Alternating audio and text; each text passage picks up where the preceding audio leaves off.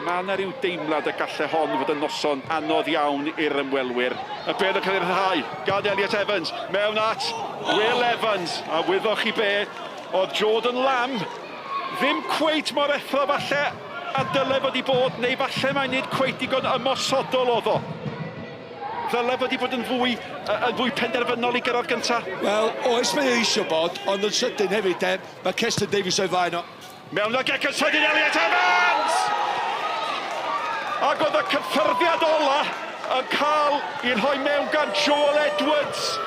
Mae hwn yn dod o'r cael ymarfer Billy Elliott, wedyn mae'r sotliad na. Dwi'n gwybod llawer amdani, ond mae'n gwybod, os gael gyffyrddiad fach ar hon yn gywir, canolbwyntio ar hynny, mae'n mynd i'r gornel a mae'n mynd i fewn. A maen nhw ar y droed flaen, a dyma'r sgoriwr. Ac ar hyn o bryd, di'r Seintiau ddim wedi deffro. Mewn eto, dwi am Will Evans. Nawr te, mae honna Geco Smotin yn dydi. Wel, di Evans methu coelio i look. Mae'r pwysau'n dal yno. Ac yn y diwedd yr ergyd gan Evans. Wel, mae nhw'n rhithro at y dyfarnwr. Wel, mae'r llifanwr yma'n hyn. Fel mae Christian Edwards yn deud yma, mae'r dyfarnwr efo'r chwib yn ei geg. Mae'n rhaid i ofyn y cwestiwn, be mae Edmund yn neud? Maen nhw wedi cymryd amser, ond maen nhw'n dechrau setlo. Ond mae'r gôl gan yr ymwelwyr. Mae honna yn bas hyfryd. Ac unwaith eto, yr amddiffyn yn gwneud gwaith da! Ond mae Brobl yn gwneud be mae Brobl yn ei wneud pan mae'r cyfle'n disgyn. A mae Fuller yn gwybod fedrwch chi ddim rhoi y lle yna iddo fo i chwipio i mewn. A mae'r rhaid deud oedd y gôl yn goron a'r symudiad slick iawn. Y bas gan Spender i fewn i Sislevic. Dechrau di pan mae hon yn dod yn o. Honna, y bas yna, efo'i gyffyrddiad cyntaf ar y hanner foli. Ipyn bach o look yma yna i Sislevic. Ond mae'n codi ben, gyda fe ipyn bach o amser, mae'n oedi. A wedyn mae'n eisiau bod y bas. Dim yn bas gret, ond mae'n bas bwrpasol. A mae'n ganol y gol. Elliot Evans eto. A bel mewn, unwaith eto, a Davies Evans! Yr arbediad, acos bod y bel yn syth at y golwr. Unrhyw ochr arall, fasa honna di bod yn gol. Oedd ei symudiad eto gwych doedd gan Pets Caerdydd.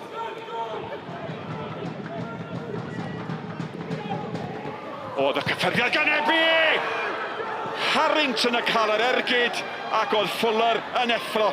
Oedd y golwr Fuller ar lawr, oedd yn gwybod llawer amdani. A Harrington, mi dylai fod i sgorio.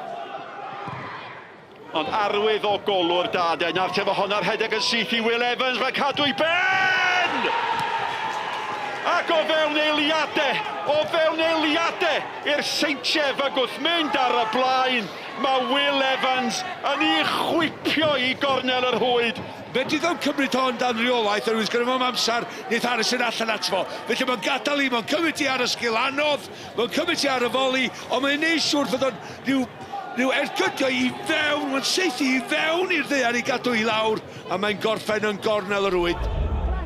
Gymaint i'w drafod yn ystod yr egwyl, ond y farn gyffredinol oedd yn bod wedi cael gwledd. Ebi! Arbediad da, arbediad ardderchog, efo un law gan Fuller, arbediad campus. Yli bas gyda i ron yma, efo droed chwith, pwysau perffaith. Mewn y hi! Oedd angen yr arbediad. Ia, cymanu, neb yn cael cyffwrdiad, ac oedd o'n anlwcus doedd. Brobl. O, Sislevic! Draper! Y cyffyrddiad cyntaf, mi dylai fod i fynd am y gol, barn mi, dos am y gol na. Mae wedi cyfyd cyffyrddiad lle oedd o ddim angen, mae'n disgwyl y golwr, a mae'n disgwyl fynd o'i gwmpas o. Sislevic. Byrn. Mullen! Oedd o'n camp sefyll. Be gododd y lliman yn syth tegwch. Do, mi nath o. Do, mae'n cyfyd un niwsans gyda fo. Spender.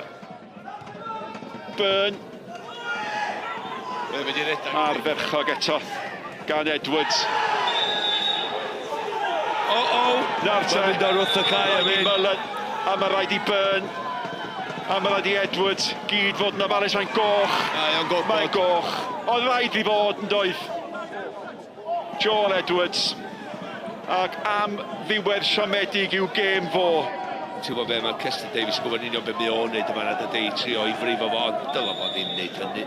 A mae o'n gwybod, oedd o'n gwybod bod nhw'n wedi cael cardiau goch.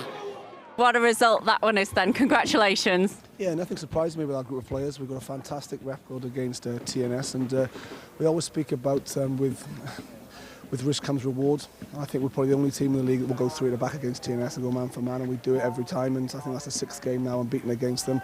And you probably look on the basis of the game tonight, little chances for TNS, little chances for ourselves, and we just were very disciplined without the ball. Our season really became unpicked and unravelled with a last-minute equaliser by TNS back in September. So I'm hoping that that's something that now will pick our season up, and we get back to winning ways, because this group of players have set such high standards in the Welsh Premier League. We were tipped to go down in our very first season, and we've been very, very strong in this league, so we've dropped below our standards, but tonight again we've shown the quality side that we are. But it's only 90 minutes tonight. We've got two very tough games against Barry Town over Christmas, but we go into that with buoyed confidence now. So wedyn ni gael 8 wythnos anodd iawn. So wedyn ni wedi colli gemau yn rhy ac yn cyntiddo y goliau yn y munud diwetha yn y gêm. So, neis iawn. Mae dyn ni'n da iawn yn TNS fel arfer. A fi'n credu heddiw oedd yn dangos fan mae dda gallwn ni fod, ond hefyd mae'n dangos lle allan ni fod a mae'n consistency rhai dod i'r gêm. Gobeithio gallwn ni cael ymlaen efo hwn yr wythnos nesaf dros y Dolig. First half was lively and they started very well. Cardiff met, fair play to them. Obviously corner routine they've worked on, but we started sloppy, didn't we? And when we got the goal, I thought it would kick-start us into life, and it did. I thought we were the better side then for 10, 15, 20 minutes, and then Ryan slipped and they've got another goal against the run of play, really. I thought if we'd have got that, if we'd have kept it at 1-1 there, we'd have been in a lot better place, obviously. But mistakes happen, and you can't put him at fault too much. These things happen. Yeah, it's massive, especially over the Christmas period now. Obviously, a lot of us go home over this period. And yeah, it's just nice to sort of boost confidence, get the morale sort of back, and yeah, going into the Barry game now, Boxing Day, it gives us all a bit of a boost, and at times you start to look around and start to think, when are we going to pick up points, and we're scoring and we're just conceding too many goals. So yeah, it's massive for us, and yeah, it's a great place obviously to come and get 3 points.